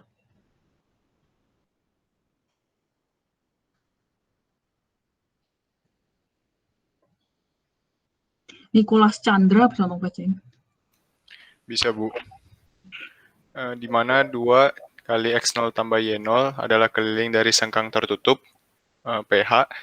Tulangan longitudinal dengan luas total AL harus dipasang untuk menahan gaya longitudinal N dengan asumsi tulangan leleh pada saat ultimate dan tegangan leleh FY, maka diperoleh AL kali FY sama dengan N, atau AL sama dengan Tn kali pH per 2 kali A0 kali FY kotangan theta. Dengan A0 sama dengan 0,85 A0H dan Tn sama dengan TU per V, maka diperoleh AL sama dengan TU per V kali pH per 1,7 A0H FY kali kotangan theta. Jika dinyatakan dalam sengkang torsional, substitusikan persamaan 621 ke 626, maka AL sama dengan AT per S dikali pH FYT per FY kali kotangan kuadrat theta. Oke, terima kasih. Nah, jadi sekarang ini ngomongin AL ya. AL itu berarti tulangan buat nahan torsi, tapi longitudinal gitu. Jadi tadi kan AP kan, jadi buat nahan torsi juga, tapi tulangan sengkang nih, transversal gitu ya. Sekarang longitudinal, makanya namanya AL gitu. Nah, berapakah kontribusi dari kalau kita pasang tulangan longitudinal buat nahan torsi? Nah, ini pakai ini gitu. Jadi ini sebenarnya semua ini juga udah dipropose sama ACI dan juga SNI 2847 gitu ya. Jadi si AL ini akan mengalami akibat torsi gitulah ya, itu harus berapa gitu ya. Ini torsinya ini sih. Jadi ya ini juga sama juga lah ya. Jadi si akibat torsi gitu, si AL ya kontribusinya ini nih rumusan 627. Jadi si TU per V dikalikan PH dibagi 1,7 A0H F yield kotangan theta. Ya, jadi intinya sih konsep berpikirnya gitu. Kita tahu mekanisme torsi adalah seperti itu gitu, lalu kira-kira ini tuh bisa kontribusi berapa gitu ya, ini bisa kontribusi berapa. Sekali lagi dia ya luasan kali F yield aja gitu, ini juga ini luasan kali F yield aja kontribusi ke N. Ya udah deh, tinggal masukin aja, terus apa tadi, eliminasi gitu, dapatlah rumus ini. Dan ini sekali lagi ada di SCI 318 atau SNI 2847. Jadi ini sudah diatur di peraturan ini. Oke. Kita lanjut lagi. Elliot Baga, bisa tolong bacain? Kombinasi geser dan torsi. Asumsi yang dipergunakan dalam metode tabung berdinding tipis. Yang pertama, bila terjadi kombinasi geser dan torsi, maka torsi seluruhnya ditahan oleh tulangan TS yang artinya tidak ada torsi yang ditahan oleh beton. TC sama dengan 0, TN sama dengan TS. Gaya geser sebagian ditahan oleh beton, VC dan sebagian lagi ditahan oleh tulangan VS. PN sama dengan VC ditambah VS. Batasan lebar retak, batasan tulangan akibat lebar retak circuit VS lebih kecil atau sama dengan 2/3 akar FC prime BW kali D. Oke, terima kasih.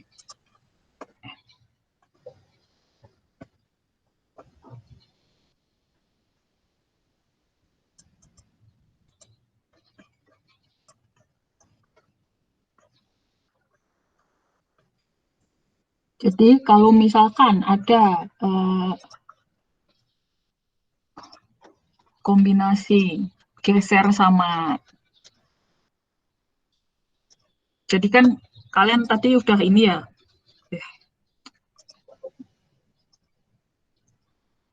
jadi kalian udah ini nih, udah tahu kontribusi tulang longitudinal dalam menahan torsi. Lalu kalian juga udah tahu kontribusi tulangan transversal dalam menahan torsi. Nah, jadi si transversal ini harus, kalau misalkan terjadi geser sama torsi, si transversal yang kita pasang itu harus bagi tugas, gitu ya. Harus bagi tugas, siapa yang menahan torsi, siapa yang menahan geser, gitu ceritanya. Nah, deal-dealannya adalah seperti ini. Ketika geser sama torsi dua-duanya ada dan dominan ya, maksudnya torsinya lebih dari threshold lah, gitu. Jadi kemampuan si tulangan itu kemampuan si beton itu murni buat si tulangan geser lah gitu. Jadi buat nahan geser gitu, itu beton kontribusi ke sini aja gitu. Jadi udah didilan tuh beton bantuin geser ya gitu ceritanya. Bantuin dalam menahan musuh si geser gitu maksudnya. Nah, untuk menahan si torsi itu murni pakai tulangan torsi aja gitu ya. Jadi kayak gini didilannya. Terus kita juga tahu VS itu gitu. VS ini ya, VS ini kemarin kita tahu ada VS maksimum ya. VS maksimum. Nah, ini VS maksimum juga nih. Itu harus 2/3 akar FC prime BW kali D gitu. Jadi ininya tuh ada mentoknya nih, angkanya ada mentok kan gitu. Terus ini juga angkanya terbatas kan. Kalau ukuran kalian sekian, VC-nya sekian gitu kan. Jadi kalau ternyata gaya kalian kegedean, berarti berarti penampang kalian kurang gede gitu ya. Kalau sampai harus melewati si VS maksimum ini sama VC gitu. Nah, jadi kapan penampang kalian kegedean. Nah ini nih, ini dua persamaan ini harus terpenuhi. Kalau lebih dari gitu, kalau di sini ternyata lebih besar daripada sebelah kanan gitu, berarti penampang kalian perlu diperbesar gitu. Karena ini tadi batasnya kelewat gitu ya. Gitu. Coba kita baca. Christina Yohana bisa baca. Bisa Bu, yang ini ya Bu. Iya. Untuk kombinasi geser dan torsi pada penampang dinding tabung dinyatakan dalam tegangan sebagai berikut. VU per BW kali D ditambah TU per ρH per 1,7 ANOH kuadrat lebih kecil sama dengan Pi dalam kurung VC per BW kali D ditambah 2/3 akar VC aksen. Pada penampang solid, tegangan geser terdistribusi merata pada penampang, sedangkan tegangan torsi hanya terjadi pada dinding tabung. Dapat lihat pada gambar 6.1.1. Tegangan dinyatakan dalam persamaan berikut. Akar VU per BW kali D kuadrat ditambah TU kali PH per 1,7 AOH kuadrat di kuadrat lebih kecil sama dengan Pi dalam kurung VC per BW kali D ditambah 2/3 akar VC aksen. Oke, terima kasih. Jadi sekali lagi, kalau kalian ternyata butuh tulangan lebih dari ini, itu berarti sampai mentok VS maksimum, bahkan VS maksimum aja masih butuh lebih dari VS maksimum gitu misalkan ya, pokoknya ya gitu itu berarti tulangan penampang kalian kurang gede gitu. Nah ketika terjadi torsi sama juga geser gitu, ngeceknya adalah ini, kalau dua persamaan ini harus terpenuhi ya, maksudnya kalau kalau penampang solid berarti yang bawah ya 631, kalau penampangnya ada lubangnya tengah-tengah berarti pakai 630.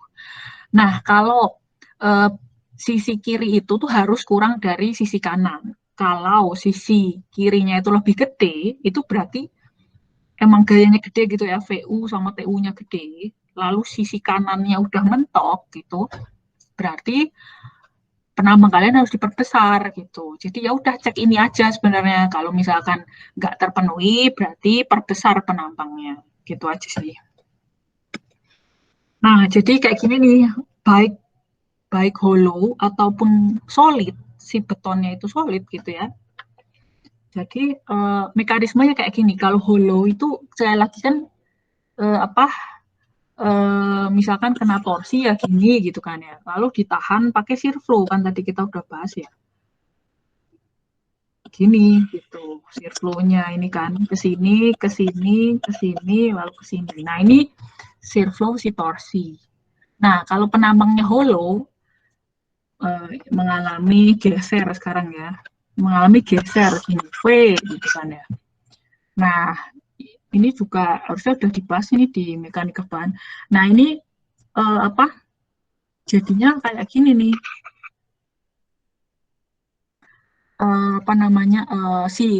ini tuh akan menjadi tegangan geser gitu lah ya, jadi tegangan geser di sini gitu. Nah sedangkan kalau penampangnya solid gitu, penampangnya solid ada V gitu, ada gaya geser gitu ya, V gitu. Ya tegangan gesernya juga tinggal dibagi luasan ya, jadi ini kayak mekanika bahan gitu. Ini jadi tahu-tahu gitu, jadi gaya geser tiap pokoknya tiap ini jadi tegangan geser gitu kan. Ngegeser sepanjang seluas inilah jadinya tegangan geser. Nah,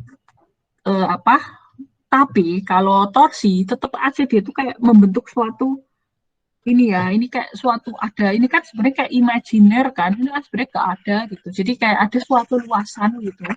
Ini padahal solid ya, namanya solid, nggak lubang ya, ini tuh ada isinya. Nah ini seolah-olah kayak membentuk ini tadi kan kita udah bahas juga ya, kayak ada suatu daerah yang efektif menahan torsi gitu. Jadi baik berlubang maupun enggak, mekanisme torsinya kayak gitu. Lalu kalau kalau solid ya gaya gesernya merata gini kan ya. Tapi kalau berlubang kayak gini aja nih.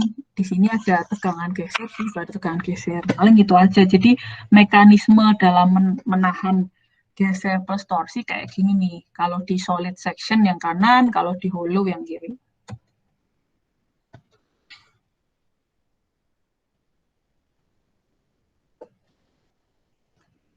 Melati Vanessa bisa untuk bacain.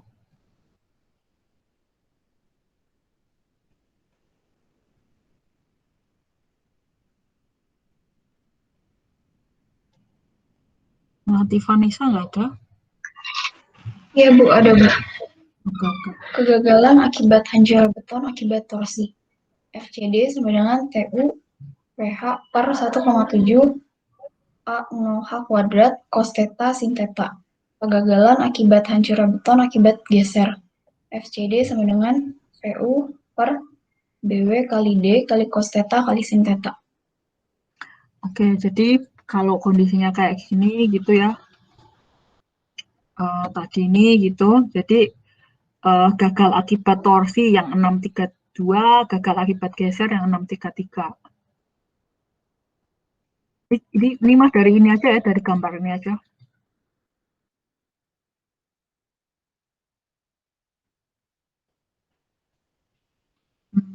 Tio Patrick bisa untuk bacain.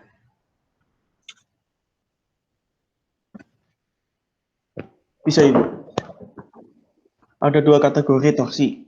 Pertama, torsi keseimbangan equilibrium torsion, di mana torsi diperlukan untuk keseimbangan struktur. Gambar 6.12. Itu yang kedua, torsi kompatibilitas, compatibility torsion, di mana momen torsi terjadi dari kompatibilitas deformasi antara batang yang bertemu pada satu titik. Gambar 6.13. Pada kasus ini, momen torsi dapat direduksi menjadi TU sama dengan V kali lambda kali FC frame per 3 dikalikan ACP kuadrat per PCP, di mana lambda faktor modifikasi beton. Yep, terima kasih. Nah, jadi torsi pun ada dua sebenarnya. Ya pokoknya ini kita udah tahu lah ya, itu tadi kontribusi AL gitu ya, kalau mengasih tulangan longitudinal, lalu kalau mengasih tulangan transversal pakai ini nih, AT di sini ya, gitu. Jadi AT sama AL tuh buat torsi. Nah, terus jangan lupa gedein penampang kalau lewat dari ini, gitu-gitulah. Nah, sekarang kita ngomongin gaya torsi sendiri. Torsi itu ada dua jenis. Ada yang bisa kita diskon, ini ceritanya gitu. Ada yang bisa kita diskon. Kalau torsinya torsi nomor 2, itu boleh didiskon. Nih, boleh didiskon nih. Dapat direduksi menjadi, nah itu anggapannya kayak kalian mendapat diskon lah gitu. Kalau nomor 1 itu nggak ada ampun, jadi kalian harus pakai torsi apa adanya yang terjadi lah. Kalau torsinya 100 kN ya segitu itu harus kalian lawan gitu ya. Kalau nomor 2 itu boleh didiskon ceritanya sih 100 kN gitu ceritanya. Nah, itu apa sih gitu ya. Jadi tadi kan ada equilibrium sama compatibility ya. Nah, yang equilibrium itu yang kayak gini nih. Yang dia ini intinya adalah dia ini tuh kritis. Dia adalah elemen yang kritis di mana ketika mengalami torsi ya cuma dia doang yang bisa diandalkan gitu. Nggak ada redistribusi beban ke member lainnya gitu. Nah, contoh-contohnya kayak gini. Jadi misalkan ada cantilever kena beban kayak gini, ini kan ada lengan ya, kan jadi torsi. Nah, ini mekanika ban juga ya sama statika gitu. Jadi kalian coba diingat-ingat dan dipahami gitu. Nah, makanya P dikalikan lengan jadi torsi. Nah, ini si balok yang ini nih, yang inilah ya, yang ya pokoknya yang segaris sama yang ini itu mengalami torsi gitu. Nah, cuma dia doang nggak bisa dia bekerja sama member lainnya gitu buat torsi ini. Jadi nggak ada kemungkinan redistribusi beban gitulah. Jadi dianya kritis nih gitu. Terus habis itu ini beam supporting precast floor slab juga gitu. Terus juga kayak gini nih, kalian punya kanopi kan kena beban hujan lah ya, kena beban hujan, kena live load gitu-gitulah. Kan ini ada jarak ya, gini kan cantilever, gini kan bikin torsi nih buat si apa ini apa namanya beam yang ini nih bikin torsi. Nggak boleh nih, nggak boleh didiskon karena tidak ada redistribusi momen yang dimungkinkan lah gitu. Nah kalau kayak gini kondisinya nggak boleh didiskon gitu. Nah kondisi apa yang boleh didiskon? Nah kondisi yang kayak gini, jadi nggak terlalu kritis lah gitu ceritanya. Kenapa? Karena kemungkinan ada redistribusi. Jadi ya ini kan sebenarnya eksterior lah ya, bebannya kan di sini. Sebenarnya ini mengalami torsi kan, si beam yang ini. Tapi memungkinkan ada distribusi momen nih sama si beam-beam yang ini gitu. Jadi nggak kritis-kritis teing gitu jadinya. Nah itu boleh didiskon gitu. Jadi kondisi-kondisi kayak gini nih yang boleh didiskon. Nah, ini penjelasan statikanya juga gitu, bagaimana redistribusi momen terjadi gitu. Nah, pokoknya kalau kondisinya kayak gini, nggak kritis-kritis banget tadi ya, itu boleh direduksi. Tapi kalau kondisinya kayak gini nih, dia satu-satunya elemen yang menderita, pokoknya dia tuh kritis lah ya, elemen kritis yaitu nggak boleh direduksi. Karena nggak ada redistribusi momen gitu. Kalau ini ada gitu. Kalau ada pertanyaan, nanya aja ya. Viko Christian, bisa minta baca? Bisa, Bu. Tulangan torsi minimum. Jika momen torsi terfaktor, TU lebih besar daripada threshold torsion. TTH, TU lebih besar dari sama dengan, TTH sama dengan P lambda akar dari F aksensi per 12 dikali ACP kuadrat per PCP. Maka diambil terbesar dari tulangan torsi yang memenuhi kebutuhan ACI 1153, SNI 2847 pasal 1153 tentang kekuatan momen torsi. Luas minimum tulangan sengkang tertutup sesuai ketentuan ACI 11552, SNI 2847 pasal 11552. AV ditambah 2 AF sama dengan 0,062 akar dari F aksensi per BW dikali S per FYT dan lebih besar dari sama dengan 0,35 BWS per FYT. Oke, terima kasih. Ya, jadi kalau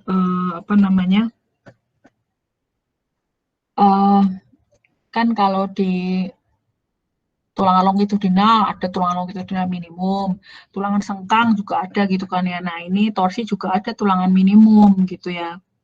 Nah jadi sekali lagi apalagi kalau itu ya, kalau torsi yang terjadi lebih dari threshold itu harus kita pasang tulangan torsi, tadi kan udah gitu ya.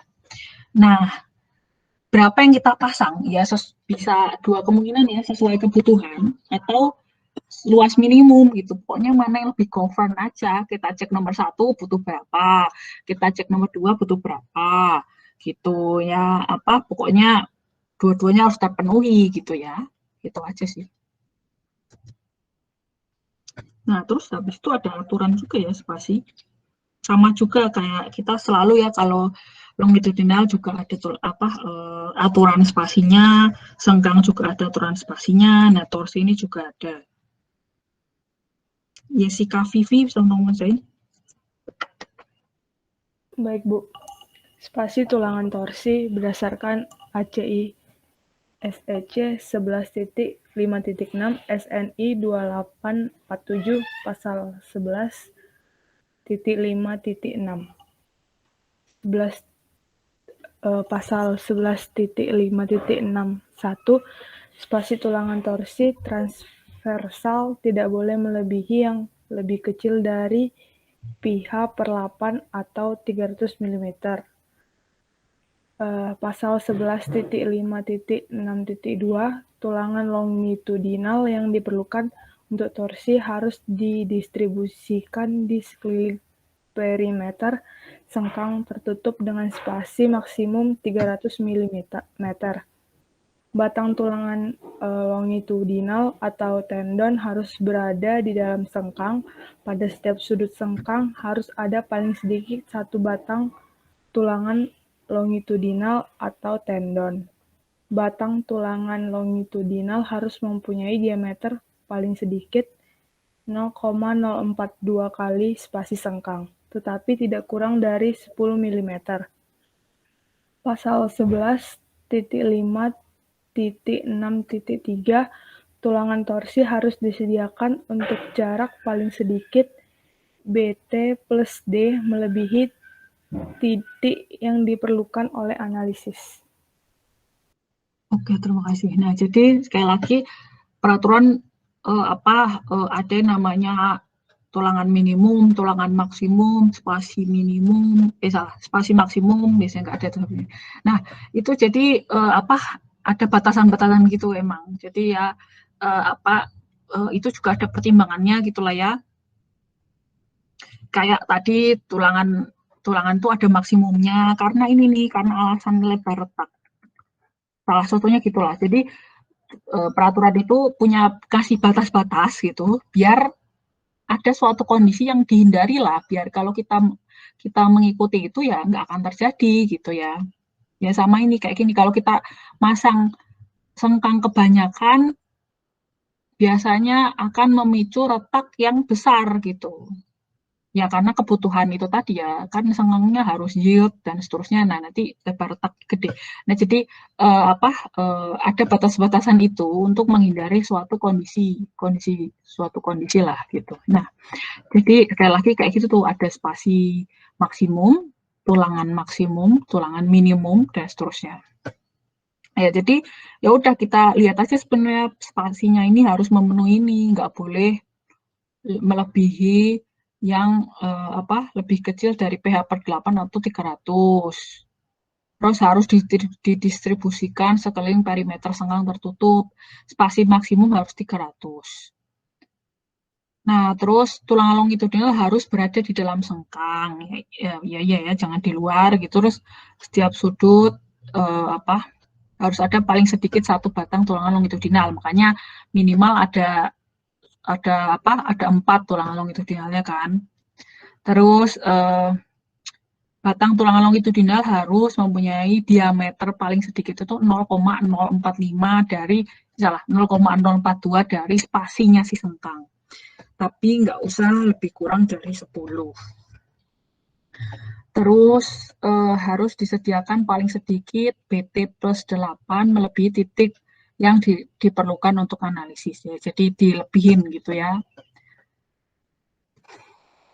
Bu. Ya, gimana? Buat yang aturan ketiga tadi, D-nya itu D efektif ya, Bu? Benar banget.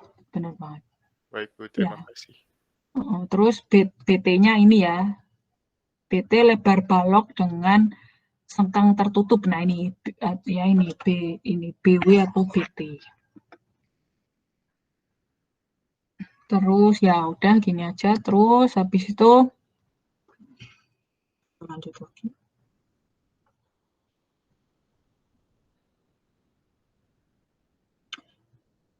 Jonathan bisa tolong bacain? Tulangan lele maksimum berdasarkan ACI Section 11.534 atau SNI 2847 pasal 11.534. Tegangan lele maksimum untuk tulangan torsi tidak boleh lebih dari 420 MPa. Hal ini untuk menghindari batas retak pada kondisi layan. Prosedur desain. 1. Hitung momen lentur terfaktor. 2. Berdasarkan momen ultimate, tentukan besaran B, D, dan H. 3. Berikan besaran B dan H, gambar diagram MU, VU, dan TU. Hitung luas tulangan yang diperlukan berdasarkan momen lentur. 4. Perhitungkan torsi jika torsi melebihi nilai yang disyaratkan persamaan 6.12. 5. Tentukan jenis torsi keseimbangan atau torsi kompatibilitas. Bila torsi kompatibilitas, maka torsi boleh direduksi sesuai persamaan 6.34. Oke, terima kasih. Jadi yang pertama, ada batas F yield yang digunakan untuk tulangan torsi. Jadi tulangan mutu tinggi gitu masih kontroversial gitu loh buat digunakan karena batas retaknya lewat gitu. Jadi preferable itu 420 ke bawah gitu sebenarnya. Ya, tapi sekali lagi ilmu pengetahuan terus berkembang ya. Jadi bisa jadi nanti beberapa tahun kemudian udah bisa pakai tulangan mutu tinggi tapi dengan di-upgrade bagian sini sama sini gitu-gitulah. Tapi intinya itu tadi ilmu pengetahuan terus berkembang. Peraturan itu jadi kalau kalian melakukan riset gitu ya, lalu nanti risetnya proven behavior-nya oke, itu jadi peraturan nanti. Jadi SEI sama SNA ini sebenarnya ya hasil dari studi bertahun-tahun gitu lah ya, lalu dipropos jadi peraturan. Nanti makanya peraturan itu selalu diupdate karena itu terus ya, karena selalu ada studi-studi gitu. Oh ternyata kalau dipasang tulangan gini performanya lebih jelek. Oh ternyata harus dihindari. Oh ternyata harus dipasang sekian. Nah gitu-gitulah. Nah itu nanti jadi landasan peraturan gitu. Landasan bikin peraturan ini tadi. Oke, jadi gitu. Ada masih ya ini ya preferable 420 ke bawah lah gitu. Nah, lalu kita mulai ke prosedur desain. Jadi ya ini step-stepnya lah ya. Jadi kalau kalian suka step 1 ngapain, step 2 ngapain gitu-gitu ya. Tapi sekali lagi pahami logika berpikirnya juga ya dan terapkan di setiap mata kuliah gitu. Kalian dapatkan logika berpikirnya sehingga itu adalah skill yang sangat berguna untuk kemudian hari gitu. Terlepas apapun knowledge-nya, apapun ini kan lagi ngomongin beton gitu kan lah. Tapi di balik ngomongin ini sebenarnya ada logika yang sangat yang mendasarinya gitu. Justru pahami itu tadi ya buat mengasah critical thinking kalian dan juga problem solving-nya gitu. Nah, yang pertama hitung momen lentur terfaktor ya. Nanti juga lalu ya ini gaya dalamnya lah ya, gaya dalamnya gitu maksudnya. Jangan lupa pakai kombinasi yang terfaktor gitu. Lalu habis itu berdasarkan momen ultimate tentukan besaran B, D, dan H. Ya ini prelim misalkan ya kalau belum ada ukurannya gitu kan ya kalian bisa lihat kalau balok sederhana harus berapa ukurannya gitu dibuka lagi peraturannya juga gitu. Terus berikan besaran B dan H, gambar diagram MU, VU, TU, hitung luas tulangan yang diperlukan berdasarkan momen lentur. Oke, jadi udah tahu gitu ya. Habis itu desain tulangan longitudinal kalian berdasarkan MU yang terjadi gitu maksudnya. Nah, lalu cek torsinya lebih dari threshold enggak, nomor 4 gitu ya. Oh, kalau lebih berarti kan kalian harus pasang tulangan torsi gitu kan ya. Nah, cek dulu torsinya boleh yang didiskon atau enggak. Kalau torsi yang tipe keseimbangan enggak boleh didiskon. Tapi kalau pakai compatibility boleh direduksi pakai yang tadi gitu kan ya. Michelle Patricia bisa nunggu sih. Bisa, Bu. Jika kekuatan momen torsi persamaan 630 dan 631 tidak terpenuhi, maka penambang diperbesar. Hitung luas tulangan sengkang yang diperlukan untuk geser. Hitung luas tulangan sengkang yang diperlukan untuk torsi. Kebutuhan tulangan torsi ditentukan berdasarkan persamaan 6.21 dan 6.36 berikut. V dikali Tn lebih besar sama dengan Tu. Tulangan sengkang yang diperlukan untuk kombinasi geser dan torsi adalah AV tambah 1 per S sama dengan AV per S tambah 2 AT per S. Di mana AV sama dengan luas tulangan sengkang untuk geser, AT sama dengan luas tulangan sengkang untuk torsi. Tulangan sengkang harus tertutup. Oke, terima kasih. Jadi Jadi kita lihat lagi ya, oh torsinya lebih dari threshold, berarti harus pasang tulangan torsi. Lalu kita lihat dia boleh diisi diskon atau enggak gitu. Lalu lanjut lagi gitu ya. Cek dulu ukuran penampang cukup gede enggak. Kalau enggak memenuhi persamaan yang tadi itu, yang ada 2 ya, itu harus diperbesar. Terus terus hitung luas tulangan sengkang yang diperlukan untuk geser. Ini sesuai dengan slide geser ya. Jadi nomor 7 ini kalian desain sengkang biasa aja gitu ya. Nah, terus hitung luas tulangan sengkang yang diperlukan untuk torsi. Nah, ini baru kita ngitung kebutuhan sengkang untuk torsi. Nah, kan sekali lagi kita harus bagi tugas ya tadi ya, karena mengalami torsi dan geser. Nah, ini pakai rumusan kayak gini. Gitu ya. Jadi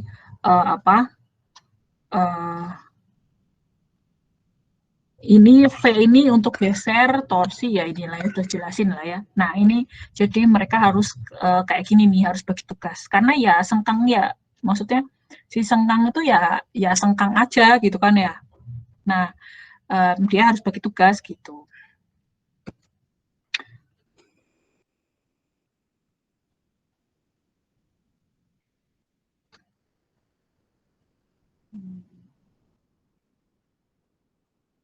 Devika bisa ngikutin? Bisa, Bu. 10. Hitung tulangan longitudinal untuk torsi dengan persamaan 6.28 berikut. L sama dengan AT per S dikali PH dikali F yield T per F yield dikali kotangan theta, di mana AL sama dengan luas tulangan longitudinal untuk torsi. PH sama dengan keliling daerah yang dibatasi sengkang tertutup. F yield sama dengan kuat lele tulangan longitudinal. Tulangan longitudinal untuk torsi ditambahkan ke tulangan longitudinal untuk lentur.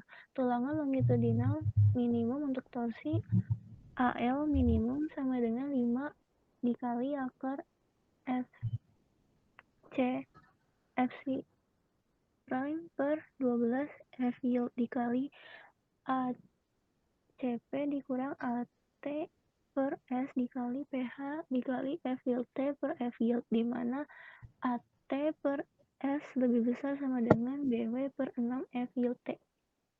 Oke, terima kasih. Nah, jadi ya ini ya, kayak itu tadi, hitung dulu tulangan geser, lalu hitung tulangan torsi, dan hitung kombinasinya, hubungannya ya, bagi tugasnya nomor 9 gitu. Terus nomor 10 hitung ininya kan tadi kan ada yang namanya AL, ada yang namanya AT ya. Jadi AL ini ya buat longitudinalnya. Jadi perlukah kita nambah tulangan longitudinal, kan awalnya tulangan longitudinal udah dapat dari sini ya. Ini kan dapat tulangan longitudinal dari step nomor 3 ini, dapat tulangan longitudinal. Dari step nomor 7 udah dapat tulangan transversal. Nah, akibat si torsi ini perlukah kita menambah AT dan perlukah kita menambah AL gitu. Nah, itu masuk aja ke perhitungan yang tadi juga udah dijelasin ya. Jadi tulangan longitudinal untuk torsi itu bisa sekian nih gitu. Jangan lupa ada namanya AL minimum gitu. Ya, kita ini harus masuk juga ya AL minimum gitu. Nah, ini ada contohnya.